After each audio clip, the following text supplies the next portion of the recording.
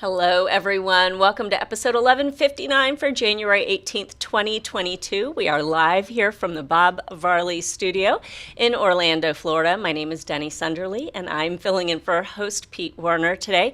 I'm joined at the round table here by my friends, associate producer Rhino Clavin. Hello. Amazing Dreams Unlimited travel agent Kathy Worley. Hi, everybody. And, of course, ever faithful executive producer Craig Williams. I'm thinking I want to change Rhinos to assistant to the producer. Assistant producer. Assistant to the producer. To the producer. It's the same thing. Assistant producer. So how would that change things up, I'm wondering? Absolutely nothing. In title only. Bless you. We're so glad that you have tuned in today. We have a lot to go over, Walt Disney World news and fun things like that. But first, we want just to remind you that we, like all shows here on the Diz Networks, we are brought to you by Dreams Unlimited Travel. Let the experts at Dreams Unlimited Travel help you plan the next Disney vacation of your dreams. Visit them today on the web at dreamsunlimitedtravel.com. And I've got some housekeeping, so I think I'll go ahead and breeze right through mine right here at the top of the show. Number one, if you are at all interested in the podcast cruise, Jackie Gailey has made a button on the homepage, so go to wdwinfo.com. Our podcast cruise is going to be on the Disney Dream, May 16th through the 20th. We are so excited about it, and all the details that we have thus far will be found by using that link, that special green button at the very top of the homepage. Do we have every single schedule detail? No, we don't have that yet, but hang in there. It'll come eventually. Number two, we have a cool new thing to launch today. So starting today, every month, Pete will pick his favorite scent of the month for Magic Candle Company. It's like Pete's picks here for Magic Candle Company. And those who have subscribed to our daily newsletter mailer are automatically enrolled in a drawing to receive one large candle and one candle warmer in Pete's scent of the month. So if you have not already subscribed to our daily mailer, please do so. You'll find the link to do that in the show notes down below. You'll also find it on the homepage. If you look all the way over to the right, you will see a little envelope. Click on that and it'll give you the link to sign up for the daily mailer. So at the end of every month, his pick will be chosen, will be sent to someone who wins, whose name is chosen. And this month, his scent of the month is a brand new Back in Time. Hello, back to the future, vibes here. Pete said it reminds him of Drakkar Noir. So all of the good stuff from the 80s, that's what Magic Candle Company has really put into this candle. And I would agree. I agree with the Drakkar Noir. So it's a lovely, it's just a nice warm scent. So if you're looking for a good warm winter scent, this might be something that you really enjoy. So definitely sign up for our mailer if you haven't already. Don't forget that if you want to place an order at Magic Candle Company, you can use discount code DisneyInfo to save 15%. But definitely, if you get back in time, let us know what you think about it. I just love it because it makes me think of Michael J. Fox. And those amazing movies. I love Michael J. Fox. Teen Wolf. Teen Wolf, really? Is that not what that candle is inspired by? No, dear. It's not. Oh, Craig. Bless you. I tell you what. Yeah, no, Hello, back in time. Good stuff. My last housekeeping is, of course, that we have relaunched the Power of 10. We are on our way to raise $10 million for Give Kids the World Village. And of course, there's an opportunity that we all have to create our own personalized fundraising page. Really cool stuff. You can share that on Facebook, all over social media. You can kind of trick it out with your own pictures, your own headers, all that jazz. You get to set the limit about how much your goal to raise for Give Kids the World Village. So I definitely recommend that you check that out. You can go to the green button again at the homepage. We have 3 amazing green buttons up at the top of that homepage. So please check that out. Anybody else have a little housekeeping? I do have housekeeping, but I'm going to wait till the end of the show so we can actually get to the stuff that people are actually tuning in for. Love So wait till the end for mine about shows and other random stuff. Awesome. Thank you. Anybody else, Kathy? No, I'm good. How are you all doing today? You doing okay? Good. Yeah? Fine. You're fine. Okay, that Fine. wasn't Whatever. said. It's whatever. Isn't that just 2022? I mean, we have all gotten to the point where it's just whatever. It's whatever. Thought I'd be walking on a paved road, and here we are, shards of glass. or those driveways that were made out of shells from the beach that everybody loved in Massachusetts. I was always like, this is a joke here. I don't get it. Oh.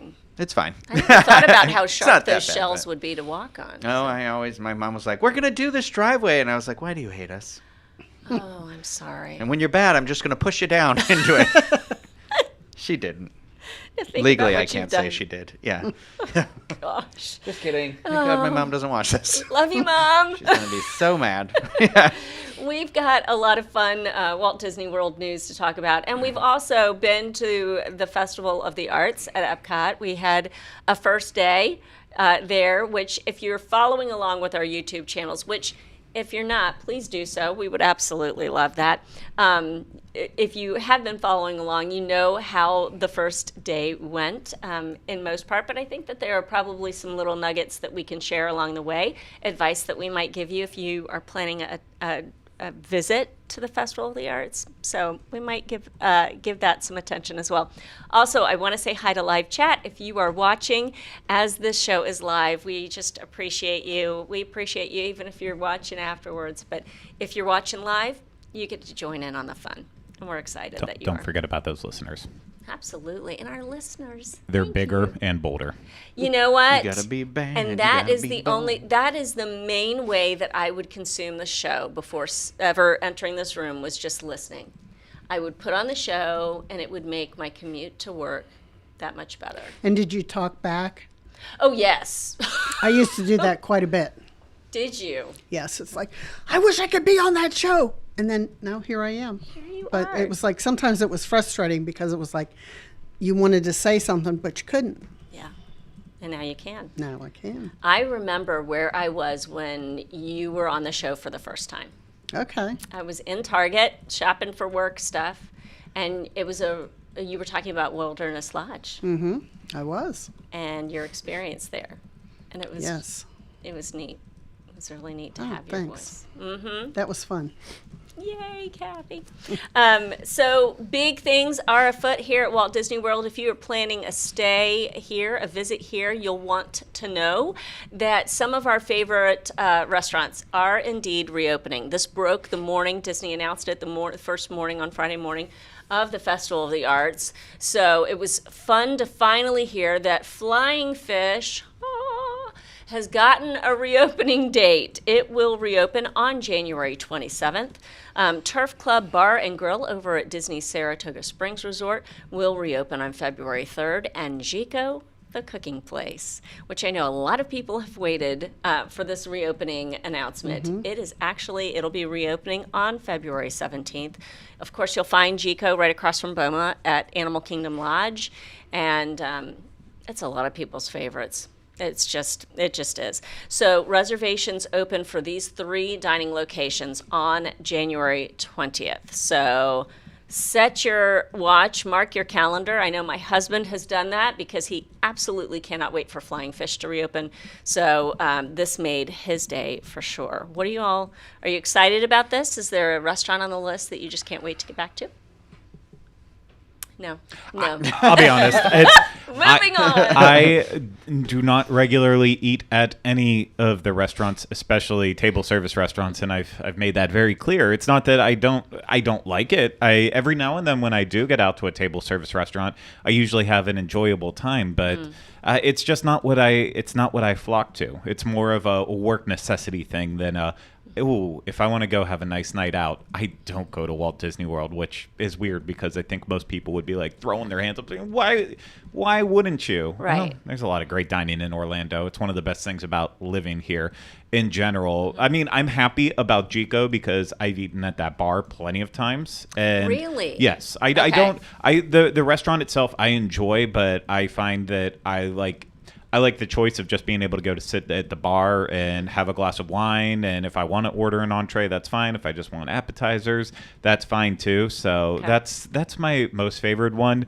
With Flying Fish, I will fully admit, the last time I ate there was that opening night that it reopened, and it was good, but I try to avoid the boardwalk at all costs. That is my... Really? Yes, even with the exception of... Caribbean Beach is definitely low down the list, and Old Key West is at the very bottom. We've established that, but Boardwalk is right in that group. I don't find anything appealing about it. See, I love Trattoria Al Forno. Personally. Personally. I Like think flying fish. Yeah. Yeah. I just think Italian's one of the easiest foods to learn how to make, and so I don't like going out to Italian restaurants. I don't need to go somewhere where I feel like family. Okay. All right. Thank you, Craig. How about you, Kathy? I am glad they're reopening just so I don't have to explain to people why they're still closed. So perfect. Because that does, I get that quite often.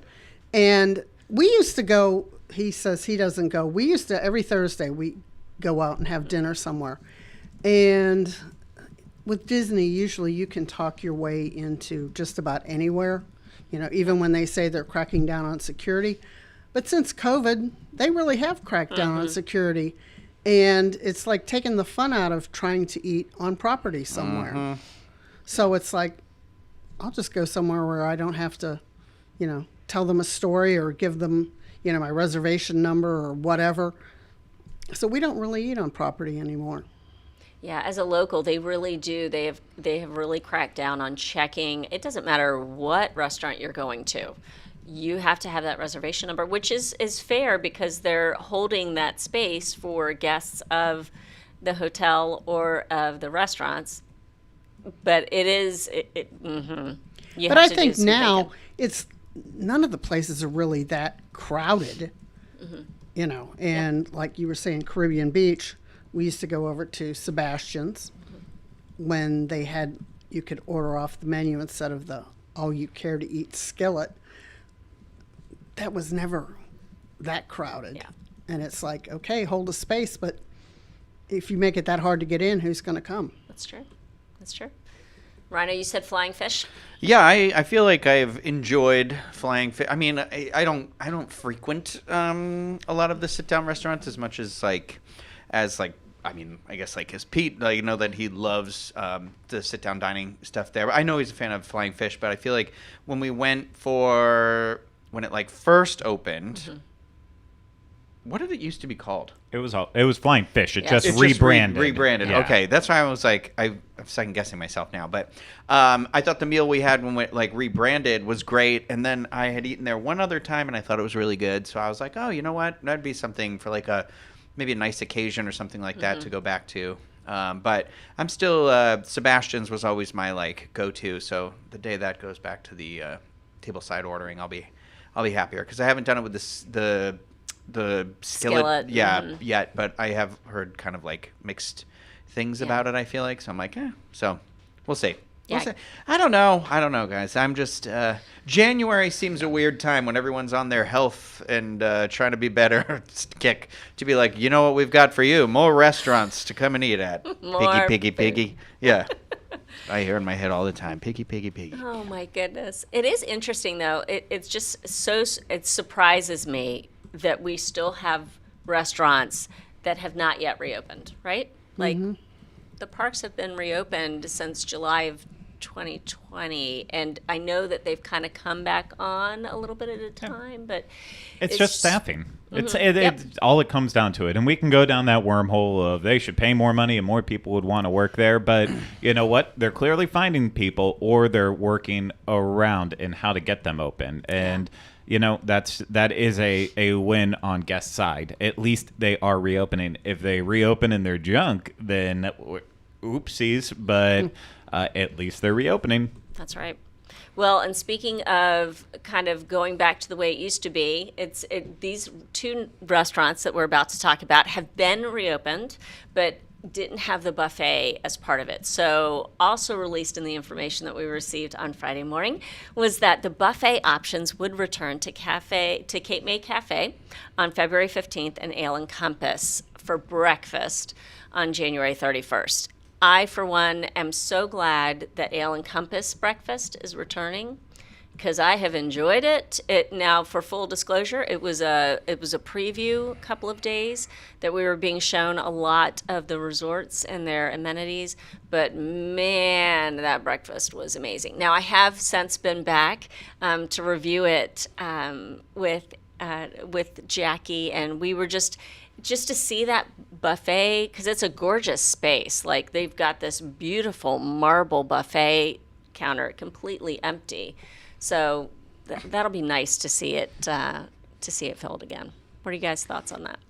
I'm just giggling about the chat. There's some funny people in here today. We got I to will go. not be we gotta repeating go some of the things though that they're saying. Love but- them. I just have to say this. We have a dining review of BOMA that will be coming up. Okay. I don't know if it's this Friday or next Friday on the Disney Dining channel, youtube.com/Disney Dining. So look for that. But it was my first time eating in a buffet in obviously a long time. And I don't think I have a hot take or an unpopular take with it, but I think I am officially over the entire style of buffets, especially it's.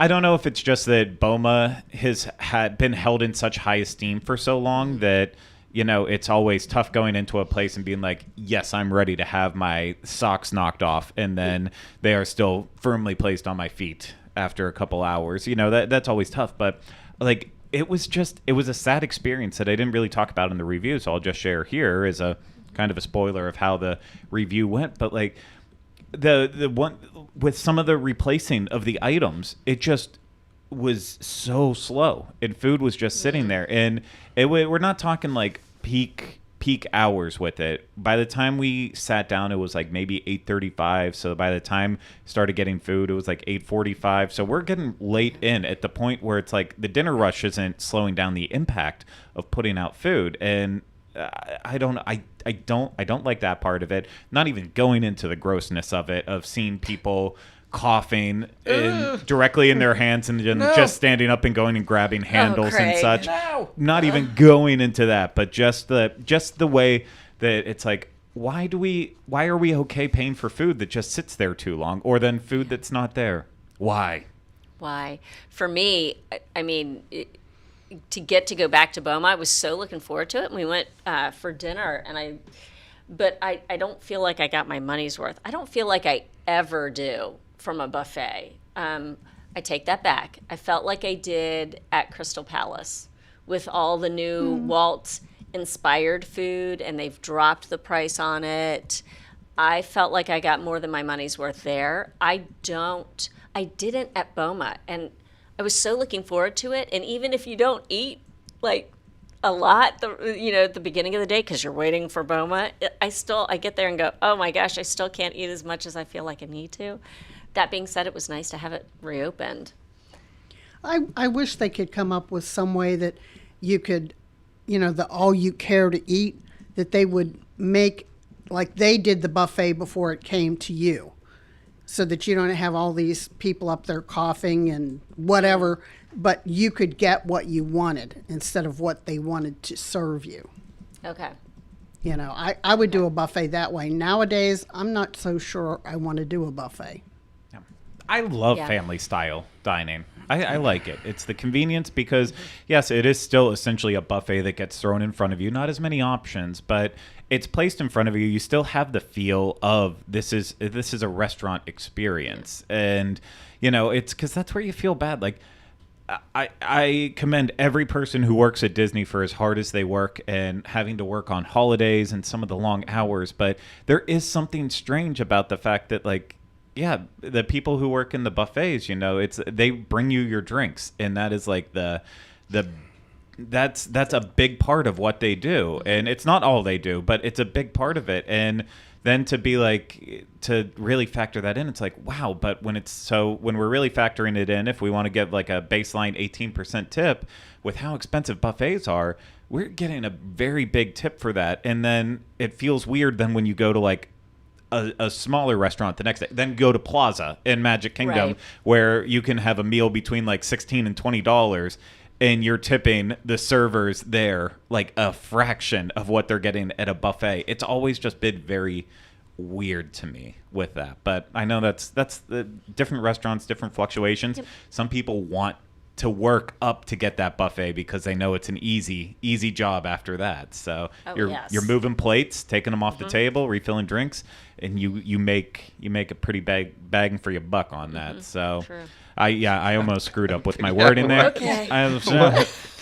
A bag for your buck? You make a bag for your buck. You make a small bag, you Yeah. put the money in the bag, and then Yeah. you walk out with the bag, and then you got the bag with the buck. You limit yourself to fanny packs. I like to get a big bag. You from like a the bag with the dollar sign on it, Yeah. the money bag. Yes. Scrooge McDuck. I was going to say.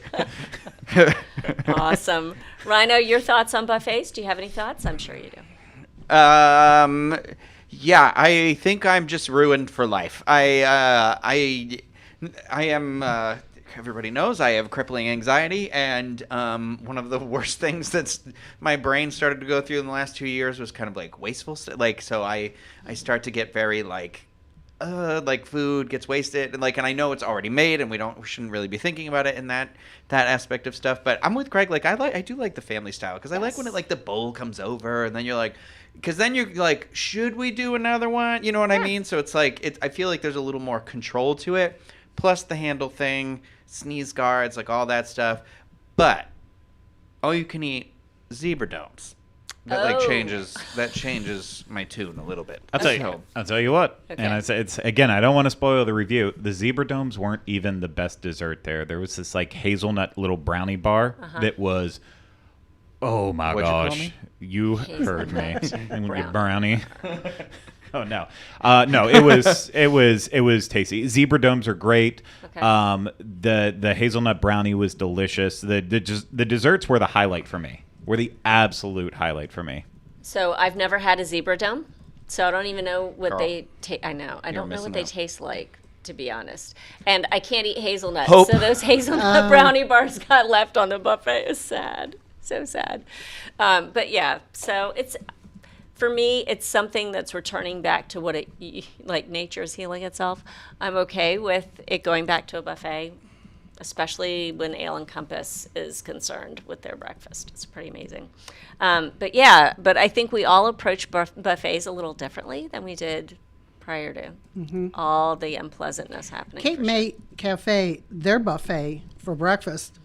Well, I've done breakfast and dinner, but I mean, it was awesome. Again, that's one that for what you pay for that, it's like you can't possibly eat like your food's worth.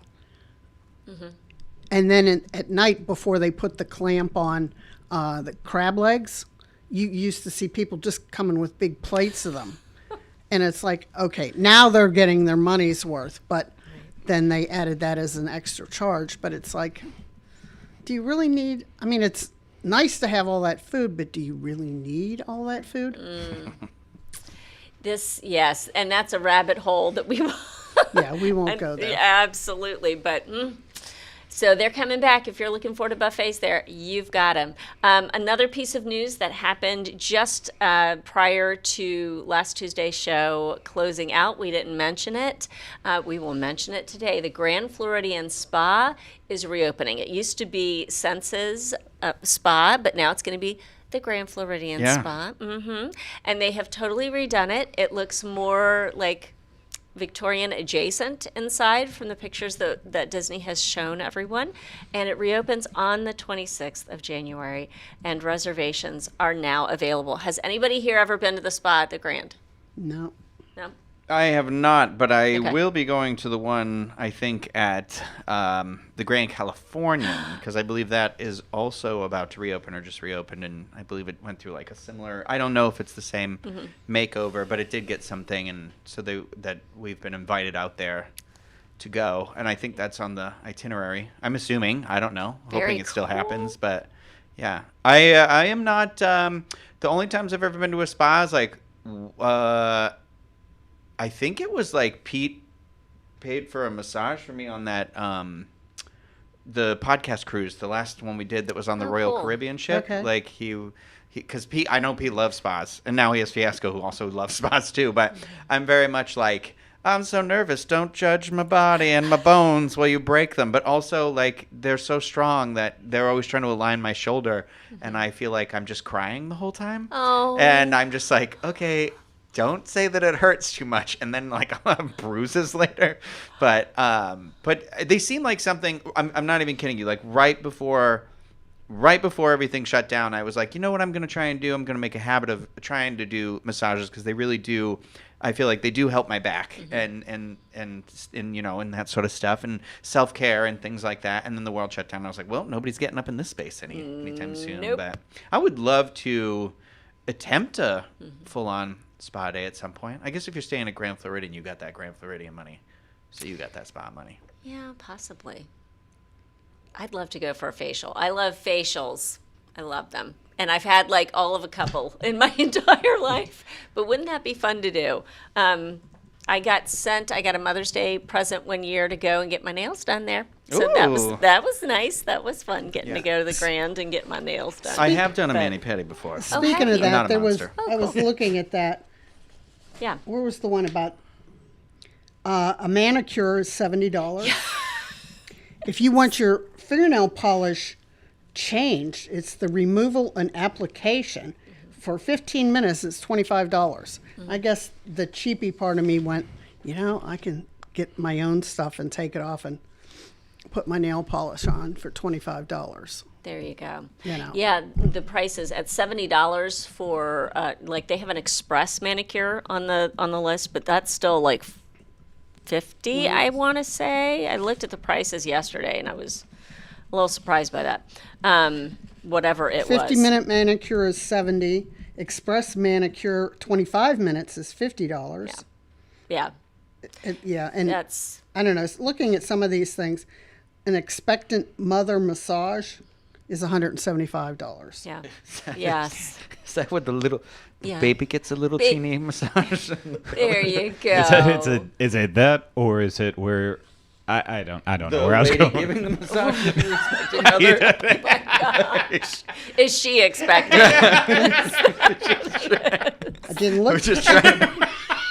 I didn't even go there, but that's hilarious to me. It's like, no, I would like the expectant mother giving me this massage, please. Thank you. She gets up and comes on in. Oh, bless her. And then there was an anti-aging hand and foot treatment for 50 minutes is $125. I could buy a lot of product for $125. That's true. You could just be out front of the spa, Kathy, and you could just say, "Hey, come over here." I got a perfect expectant mother for you. I got something for you. Yeah, there are Grand Floridian prices that come with the Grand Floridian spa, but See, in Pittsburgh, when we were stressed, we Yes. didn't take a spa day. We would just drink light beer and whiskey and call it a day. And so the idea of a spa just has never registered with me. you've never been to a spa? I have been forced against my will to go get a massage, and I Okay. spent the entire time telling the person where I did not want them to touch me. Because Is this the guessing game today? Show us on the doll. Show us on that gnome where you didn't want them to. My gosh. I'm sure that was a joy and a delight for both you and the massage therapist who was there doing that. Oh, my word. All right, moving on. The Muppets have come back to Epcot. We have, actually, did they ever really leave? We could debate that. But the Muppets are at Epcot.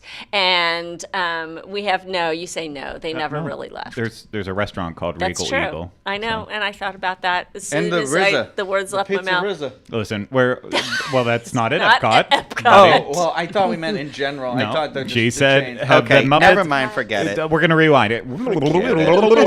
The Muppets have never left Epcot. What is this, off the Yes, rails? exactly. That's what I need to say. The Muppets have never left Epcot, but we have the Muppets there in a new way. We have a new Rainbow Connection Spaceship Earth Beacon of Magic show.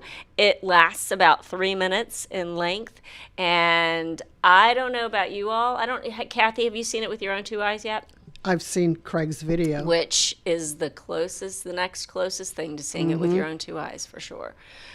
Craig has the most amazing video up with the perfect you. spot. Thank you. Too kind. Did I have tissues? Did I get misty-eyed? Yes. It was perfect. It was beautiful. It's like, why didn't they do this like a long time ago?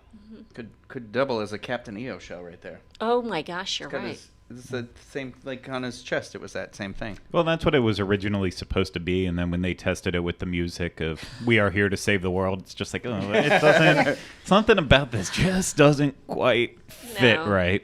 So, luckily, there's also more songs that Disney owns about rainbows, and what's on the other side. That's true.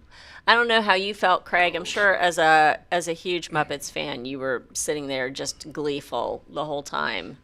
Yeah, no, it's really beautiful, and it's the entire song basically. Little snipped here and there from the version from the 2011 Muppets film, which I really do enjoy that version. I think it hits. It's something to me felt like there's a couple sections where it's just like spinning and blank, like they didn't quite know what to fit in with it. But when the song actually finally peaks and goes into the last verses, and that's when it all comes together, and it's like it's more. This show is more about hearing the music than the visuals play out with it, and I don't know. It's just it's one of those simple things that everyone is enjoying. That they don't need to go over the top with it. It is technically shoving IP down your throats, but an IP that is Beloved. very beloved and way underrepresented. So True. ultimately, I am so happy with it. I can't wait to keep seeing what they do with these shows moving on in the future.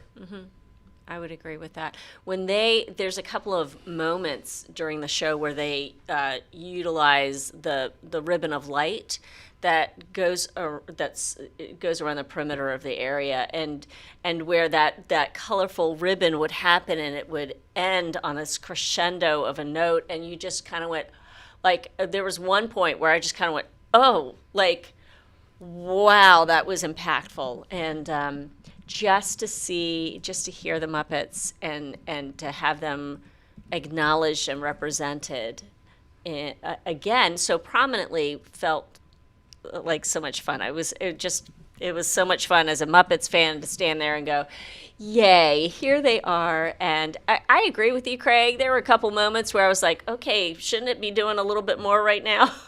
But it was okay when that rainbow crested. It was just simple. Sphere, it was beautiful. It was beautiful. It's like it wasn't like in your face, and it's like wow. And to see all the people standing there watching it, makes my heart happy because all the people you hear nowadays complaining about things. Now here's something simple. They didn't have to do that, but they did. And look at the impact that it had. Yeah. Well, it's simple, but it's also there's a classiness about it too. Oh, yeah. The way the song choices that they make with it, because going off all the Figment love for the festival this year, they could have easily integrated Journey into Imagination with this and said we're going to tie it full circle. But there's something about hearing Kermit, Miss Piggy, the Muppets singing Rainbow Connection versus having Journey into Imagination music come on, and I love that attraction. I love the original. I still ride the new one too. but there's something that's just a little bit more beautiful of hearing the Muppets than like. I'm not even going to try to pretend to do a Figment voice because I can't. But it's that Dreamfinder. I'm great. Like that was awful. That was terrible. No, it was but good. It was good. It would not. Something like that wouldn't work as well on it where Rainbow Connection does. So that someone is making good choices is what I was trying to say after 40 minutes of stalling. I was going to ask you why. So why not ask you, Figment? why are you talking so much? Why didn't they use? Oh, the love in the room right now. So good. But why didn't they use Figment? Why isn't it one little spark? I think his voice is a little grating for a lot of people. Yeah, I don't care for him. Yeah. They Not that played version of him, Figment sorry. in that area of the day of the marathon, which I thought was really awesome. I was ready to get in my car and go over just to hear it. But I think the Muppets have a bigger appeal for what they were trying to do there. I mean, but I'd like to think they're saving Figment for something bigger and better. Oh, there you go. Bigger Figment. Hey, when people wait in line for 6 hours Yes. to get a Figment bucket, We are going to get to that. No, I wasn't laughing about that. Someone said I sounded like the when Kristen Wiig would do the Target cashier. I said, no, that's what Perfect. classic Figment. Just love it. It's just perfect. Thank you for that. Thank you for that. Next thing is I'm gonna lean on you, Craig, for this. Okay, D23 Expo 2022. Craig, you attended a bit of a preview last Thursday to hear a little bit of the details, the info, the updates to logos, and the announcement about pricing and stuff like that. D23 Expo floats your boat. You obviously love it. When you talk about it, your face lights up. So can you let us know exactly what we need to know about D23 Expo 2022?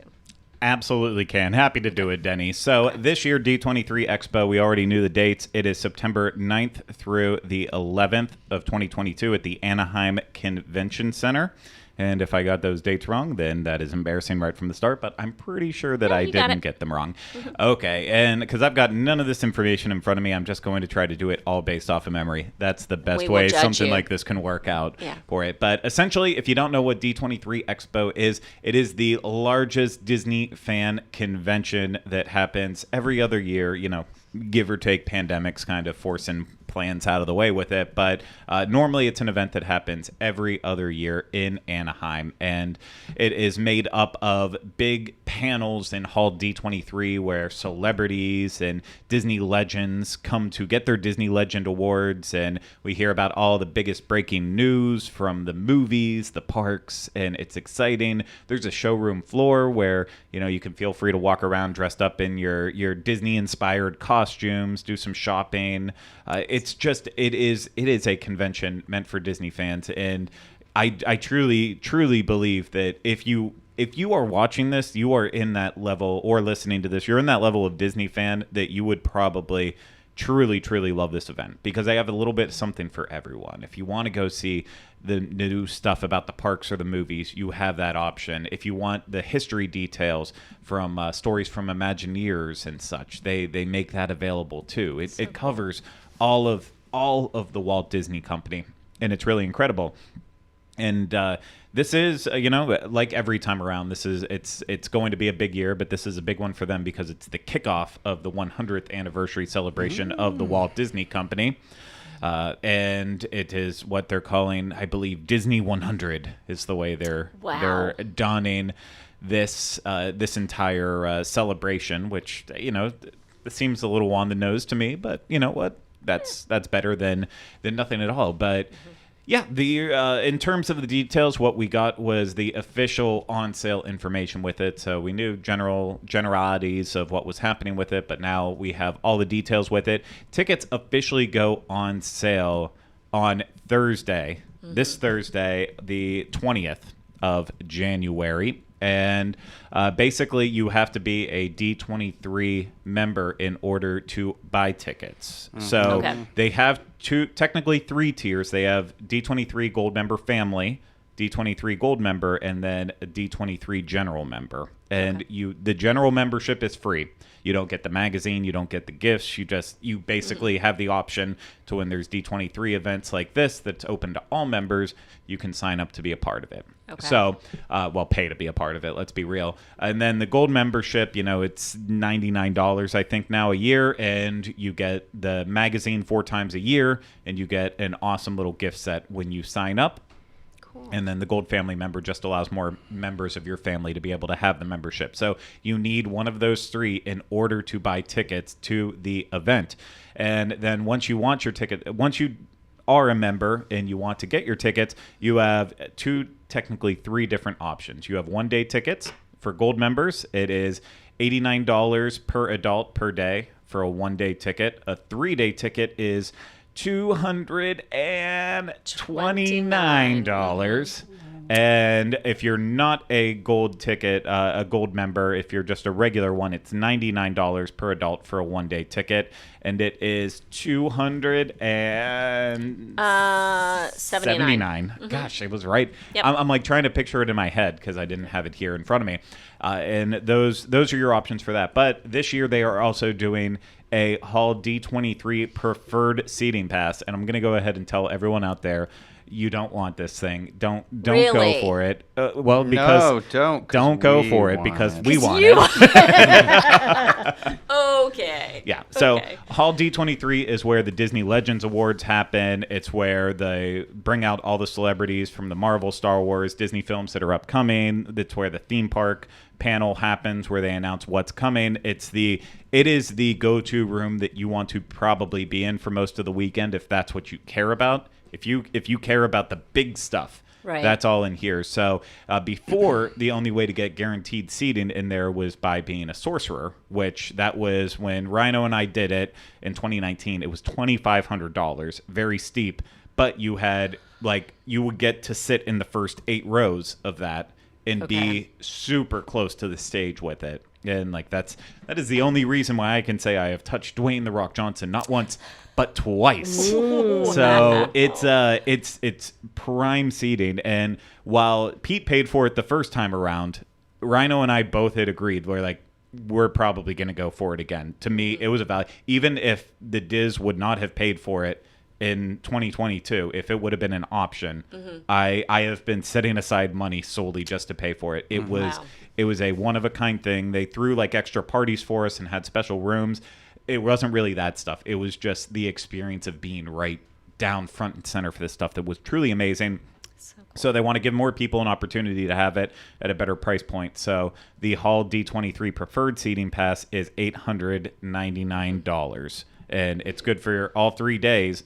You'll get to be in that front section. Don't have any idea of how limited it is. Don't know how many rows will technically be in that front seating. It could be a lot. Could be way bigger than Sorcerers. They're not ready to share those details yet. But it is a ticket that's available. And so the other part of the tickets and buying them, all of those go on sale to everyone on the 20th. But if you have a Visa card, not just a Disney Visa card, any Visa card, you can do the pre-sale on this Wednesday, the 19th. Oh, wow. At, I believe, 10 a.m. is when that starts. And that is only for the 1-day tickets and the 3-day tickets. You cannot get the Hall D23 preferred on that day. That is a Thursday only. So keep that in mind. If you're going for Hall D23 preferred, don't sit there waiting on your computer on Wednesday thinking oh, it's sold out, I can't get it. It's not available until Thursday. So keep that in mind. But it's, again, any Visa card holder, not just Disney. Isn't that interesting? Yeah, Wait, because so Visa is sponsoring the event this year. So it is not part of the pre-sale. No. So, you don't need the credit card to get it. You just have to be a D23 Gold member to purchase that particular ticket. Okay. Correct. Which I am not. But I think, no, that's the one that doesn't have a discount. The other ones had the discount. So that's the one where you've got to just suck up the $100, I guess, and hope for the best. Yeah. Will you still need to sleep on the concrete for a panel? Well, they don't do that anymore anyways. There was a standby line, but last time around with the event, they started a stage pass. So you booked it ahead, but there were some people like Michael Bowling who luckily got every single big panel and had a guaranteed to get into it. And then there was other people who got absolutely nothing the entire weekend. So it wasn't a strong system the last time around when they used it, but that's still the main way they're going to go with it. And there will be standby if you're not lucky enough to get it. But it's a game. But there are so many people out there who come to this event who don't care about any of the panels. It's really, there's some people who, like Rhino and me, love it, and then there's people out there that literally want to come up dressed in costume and only attend like the masquerade design show that they have, where everyone comes up and with their costumes, and there's prize money for the best costumes and such. So there's some people that's all it's about, or buying merchandise and exploring the showroom floor. So it's not one of those things. If you don't think you're interested in sitting for long points in time and listening to information just be shoved down your throats, maybe don't go straight to the expensive ticket. But if you want to hear the big stuff, you want to see celebrities, that's your best way of getting it. And I know I'm going really long on this, so I want to kind of get away from it. But real quick, the cool thing that I think for Disney fans that they announced that they're doing is that the Walt Disney's plane, the one that sat out of the studio backlot tour for the longest time, and then after that closed, got moved to just a random section of Walt Disney World. It is a big part of the event this year because they are taking it from Walt Disney World across the country to California, and they are going to restore it, and everyone will be able to have a chance to see it who is attending the event. And that's the coolest thing. It is absolutely cool. They're taking the car's eyes off of it. They are completely restoring it. So I love this from the aspect of it's, D23 of the Walt Disney Archives are doing it in conjunction with Amazon. So it's a big deal. But I know what a good job that D23 in the archives did on Walt's office that you can see as part of the studio tour. And they're clear. This is like the next step in that. It's like, oh, we took care of that. Now let's take care of this other piece of company history that Walt touched, and be able to bring it back to its complete glory. And I'm sure we'll only get to see the outside, but I would love if they make it available that you can go in and see, because like the one time I got to go to Graceland, you could walk into Elvis's plane and see like all the seatbelts were golden and just ridiculous. Everything had TBC, taking care of business, TCB. It's like so I hope we'd get to walk inside. I doubt that's going to ever happen, but it's so cool that they're doing this. Well, the rumor was, because this plane used to be at in the back lot behind Lights Motors Action, was that the inside had been destroyed. Yeah, there's nothing in it. Yeah, it was like, it's just a shell. So whatever they do, it's not really his. It's just a fake interior of the plane. I guess it's, you know what I mean? Like, that's the problem, is that they didn't care for this plane at all, clearly, because they painted eyes on it. When they took it off backlot tour, they took it backstage and they painted it. And the story was back then that it was going to go to the archives, or it was going to go someplace. And everybody got excited. And then they took it to another spot. That people have Google images. We went by it where it was back by property control. But then somebody got in it while it was sitting back there, because it's not guarded or anything else. Yeah, it was just like then they wrapped it in plastic. So I don't know what kind of shape it's, and even if, like you said, and if they put an interior in it, it's not the original interior. It's something they threw in there. Yeah, but I don't see them doing it, though. Yeah, I don't need them to. Walt's not a god. Right. I don't know if people need to hear that. He's not a god. I don't need to be like, oh, the man sat and put his butt cheeks right on this there. Seat, and that was there. I want to see what it looked like when he was part of. I want to see a complete replication of, like a restoration. Exactly. Of what was inside. I get that, and I think that's really awesome, and I'd be the first person in line to go see it. But that's like when you go to Walt's apartment out at Disneyland, and when I saw it, I'm there like, okay, so did he sit on that sofa? Oh, no, that's in the museum. Oh, is that his glasses for whatever his drink was? No, that's in the museum. So it's like, they could have put my furniture in there. Yeah, I get what you're saying. But that being said, I stood there in his apartment and got misty-eyed. Oh, I did too. Like, seeing his shower and, all that kind of stuff. But it's like, it sort of took something maybe I needed to go out to the museum and see his furniture out there, but it would have been nice if they would have had like a love seat, or, like where they said when he used to go out on the patio or whatever and tell Lillian about how many people came into Disneyland that day. Would have been nice to see like maybe one of his chairs that he sat on. That doesn't have to be everything. Same with the plane. You can restore it so that it looks like how it was, but it would be nice if there was something that came from the original plane. It would be nice if something came from the original, but at the same time too, I also was like, maybe I'm just getting more and more. I don't want to use ornery and all the other words I've used for it before, but like, what am I going to do? Take a picture of it and be like, oh, that is the chair that he sat in. Like, then I have a picture of a freaking chair. It's like, what? I don't know. Maybe. Oh, you're too good for chairs? Okay. That's the same thing like they have the bench that Walt sat on out by the carousel. That means more to me than if you went to Home Depot and stuck a bench there. That's the bench. Yep. I think it's just I am becoming, and I don't want to say it more bitter. I think I'm losing a value for a lot of that kind of stuff. Like, I still think it's neat, but it's no longer, I don't know. Maybe there's important, I don't know. For me, it would be just getting to see it. I would love to. They're not going to let you touch it, but wouldn't it be amazing just to touch the outside of the plane? Like for I've touched it, Denny. It fell off a Pargo right underneath it. Did you? Yeah, but I also did touch the plane. Yeah, because we used to literally. That's how you had to ride the bike around. If you went to Take 5, you had to go out that way, or you'd come back that way, and or at the end of the night, if you were lucky, and they would take you in the Pargo the 1 mile walk up to Costuing to clock out, I would walk out and you just like rub your finger along the bottom of the planes, So it was like every day going in and out of work, I'd always touch the bottom of the plane. So I'm like, oh, that's cool. Yeah. That is the coolest thing. The TVs, the ones on Disney Plus where they go to the archives and they bring out like Mary Poppins jacket and everybody sits there and goes like, oh, wow. I mean, I have a different appreciation for props and stuff, especially when it's like movie worn props. Because that is something that I distinctly have a connection to.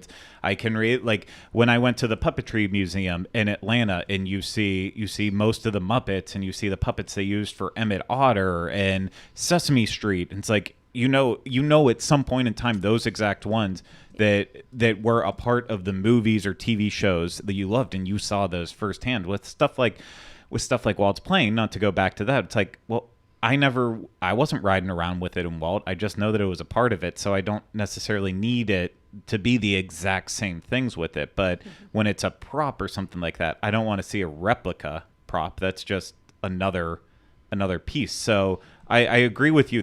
For me, not that I know you disagree with me on most of this stuff, Kathy, but I think when it comes to something like an actual artifact from a movie, that's a different standpoint for me. See, I look at it because I love airplanes.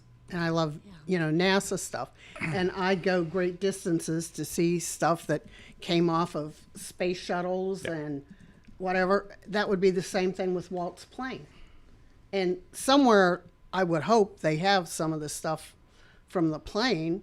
Throw a few, even if it's not up in the plane, have a little, display outside the plane, like, this is the coffee table he used, or this is the coffee cups that they used on the plane. Just something like an estate sale.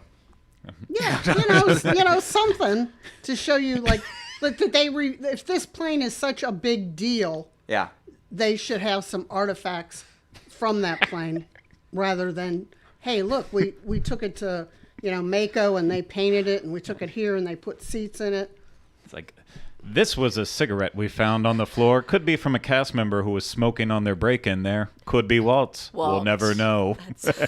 That's Walt's cigarette. But, I mean, in a utopian world, this stuff would be taken care of from the word go, right? Just hire Tom Hanks to sit in there and I'll be fine. Oh, that true. Works. Yeah, that'd work. There we go. Middle ground. We found it. That's it. Just Tom could clear his calendar and just sit there. Then we'll get the butt cheeks. There you right go. in the seat. There you just go. like Craig wanted. it's close enough, and we'll take what we can get. I mean, for You me, said butt cheeks earlier. Am I wrong? Butt cheeks. Butt cheeks. but there we go, friends. There we go. Walt cheeks. I'm excited that we're getting a little piece of Walt Disney World history restored. And please Disney Company, please take care of everything from here on out, so it doesn't. Save everything. Do not throw anything away. We need all of Chapek's notes. Oh, No, well, okay. I don't know. We'll see. But yeah, no, so that's so cool. So we will vicariously live through you and through Rhino, Craig, as you go on your adventure You can come too. I didn't later uninvite this you. fall. Yeah. All right. Yeah, there's a good chance we're not going out for Yeah. work. We're going Yeah. out Just because for we fun. genuinely enjoy it. So I don't know how Pete's going to feel about both of us trying to take off the same exact days in September. I feel like I'm getting sick in but- September already. Yeah, This will definitely catch up with me the week of September 9th. I'm sure it will. but I'm sure it will. yeah. We went to, as I mentioned earlier, we went to the first day of the Festival of the Arts on Friday, and we had an adventure. We all did different things. We all ate a lot of food. All of that can be documented. It is documented on the other channels, and including we mentioned it on our social media, the 5-hour wait for the Figment popcorn bucket that has now sold out. May it rest in peace for however long it is sold out for. We only have a few minutes, but what one piece of advice would we give to someone who is listening or who is watching, who is thinking, hey, maybe I might try to go to Festival of the Arts at some point? What one piece of advice would you give them specific to this festival? Pack your patience and don't go on the weekend. Okay. Don't wait in 6-hour lines. Okay. Figment. Okay. Well, here's the thing. The next day it was like 2 hours. Yeah. Yeah. So, but I get it. It might not all align, and you run the risk of selling out. But also like if it brings you joy, whatever. I don't care. Wait in the 6-hour line. If then you have that popcorn bucket, you've got your store, and you made a friend. I don't care. So That's right. yeah, I don't really have advice. I just feel like going day one can be a little crazy. It can always be very crowded at these festivals day one. So it's like, what Kathy said, if you're going in that first day or in the weekend, you do have to be a little more like, okay, patient and prepared for that because the crowds will be thicker, heavier. What am I thinking of? Condensed, more people, whatever. So just, I don't know, brace yourself for that. I would say go online. There's a website I've heard about. I think it's called WDW Info. But the Diz, Rings a bell. they you can see the menu or whatever. And I would say just kind of peruse real quickly and literally make like a little chart in your notes. Name what booth you're looking for, what items you might be interested in. It can change when you're there on that day, but that will save you a lot of stress. I'd also see if you can look up and see where the booth is because day one I was wandering around being like, I don't know where this booth is. They're not in the same place as they always were before. Like, Pop Eats had been moved over, and so it wasn't like in years past it had been where like Hawaii sometimes is for food and wine. So like that could throw you a little bit. So like stuff like that just makes your day easier. But I just put it in your notes on your phone. You got a little checklist as you go, and that's, there's that. Yeah, I would agree with that. It's sensory overload, right? When you walk in the park and you've got this festival passport, but it's hard to know, it's hard to stop and consume all of the information all at once. So I would agree with you, Rhina, completely. Craig, what about you? Well, I'll be honest. I wasn't completely listening to what Rhino was saying. So What else is new? Yeah, no, I guess my full takeaway from it is and I think there's good food to be found at the event. Whether or not it's priced accordingly to how you like to pay for food, that is up to you. But there's definitely food. There's a lot of art that I'm sure a lot of people will want to buy, and that's where I'm going to stop with it because apparently calling canvas tents a flea market will get you lambasted up and down, even though I was not insulting the artist's work that was inside the tent, just that I think Disney is doing the artists an insult by not taking the World Showplace, actually setting up a proper gallery exhibit and giving them a great place to actually meet people and sign that isn't just outside in unpredictable Florida weather. And that's all I'm trying to say with it.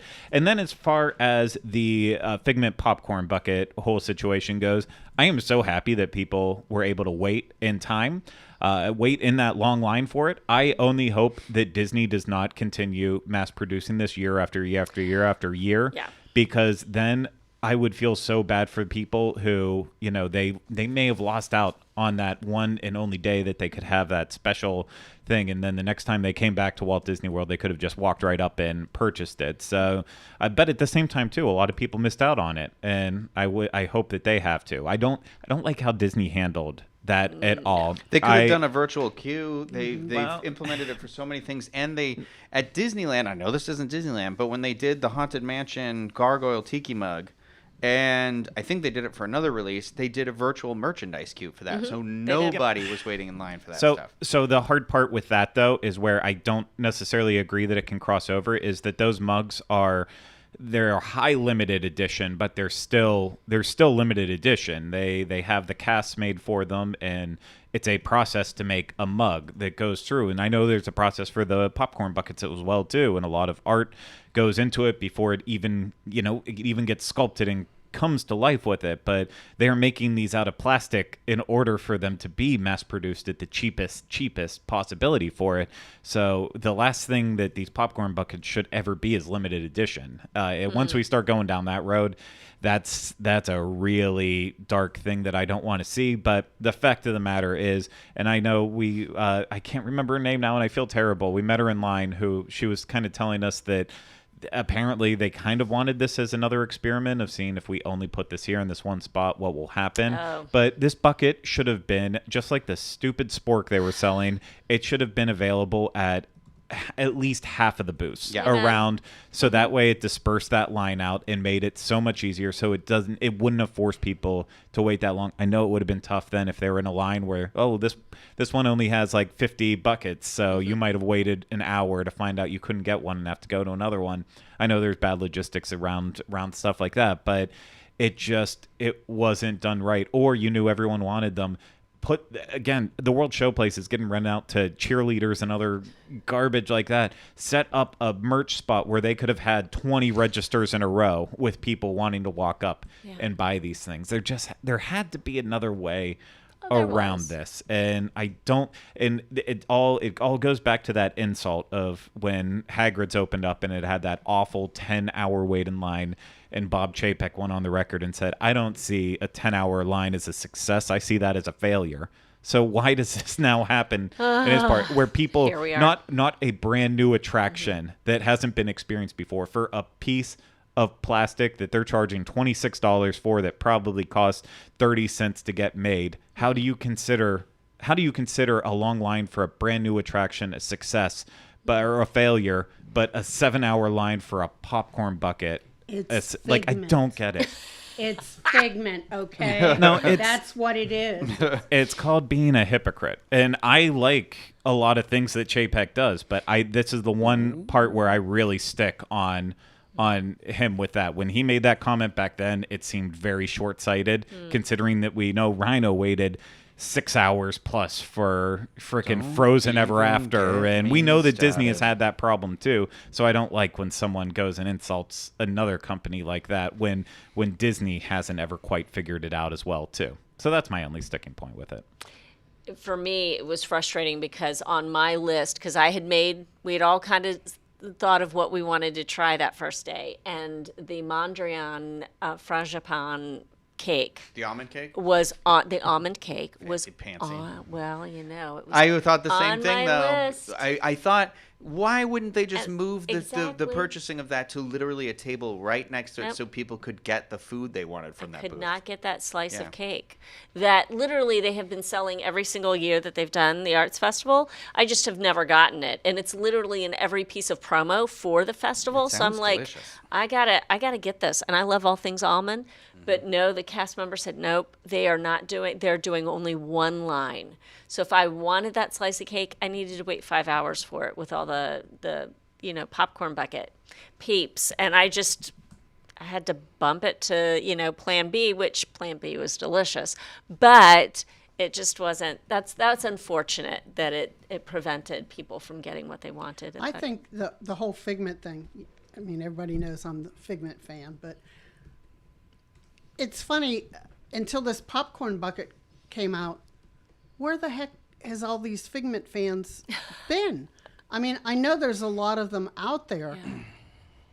I was sort of, I don't want to say mad, but it's like, where were you people when it was, like, speak up? Mm-hmm. It's nice there's a popcorn bucket, and I love my popcorn bucket, but I'd like to see the attraction itself be improved.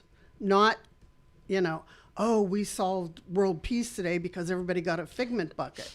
It was making me mad. It's like, so do something with this popularity, because it can't just be that, oh, look, there's a cute purple popcorn bucket. Yes. Well, so you're thinking there were a lot of fair weather Figment fans.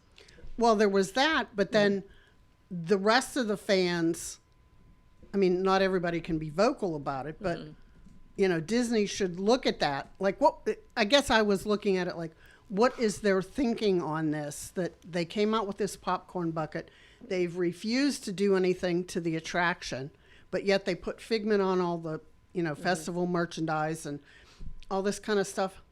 Do something to the attraction. And if they did, it's not like they're not going to make money at it, because, many times Figment outsells Mickey. So put your money, into something else. Capitalize on that, baby. Yeah. So yeah, there'll be a lot as the festival goes on for the next month. I know we'll have a lot of continuing thoughts, advice, things like that to share with you. So keep an eye out for articles and other videos and vlogs and things like that, because I know that won't be my last time at the festival. I'll need to get back over there at least to get the frangipane cake at some point, now that Figment has hightailed it out of there. But definitely let us know in the comment section if you have any questions about the Arts Festival. We'd love to help answer those. But before we're going to wrap it up, but before we do that, I know, Craig, you said you had some things that you wanted to mention.